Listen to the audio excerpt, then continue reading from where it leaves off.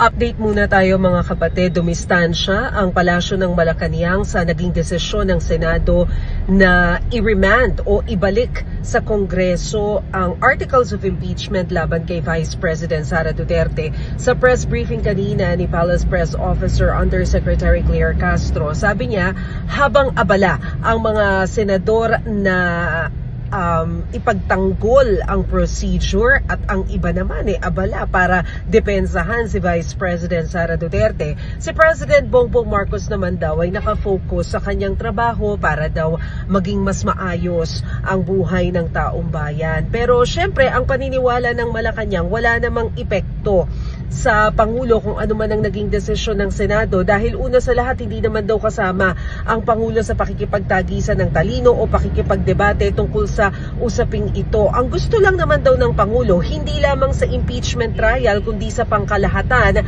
ay siguruhin na merong transparency at accountability. At kapag sinabing transparency at accountability, ibig sabihin pagsunod ito sa rule of law at yung mga procedures. Hindi raw dapat pinaglalaruan ang procedure. Yan ang malinaw na sinabi ni Yuse Castro. At ang kanyang personal na opinyon nang matanong naman kung tingin niya ba posibleng mauwi sa constitutional crisis itong ginawang hakbang ng Senado, sabi ni Yuse Castro, ang importante naman dyan ay masunod ang proseso, pero ang tingin niya yung mga issue na kagaya nito ay pwedeng mapag-usapan sa mismong trial. Pero sa huli, ang mga senador pa rin naman daw ang magsasagawa ng kanilang desisyon tungkol sa issue.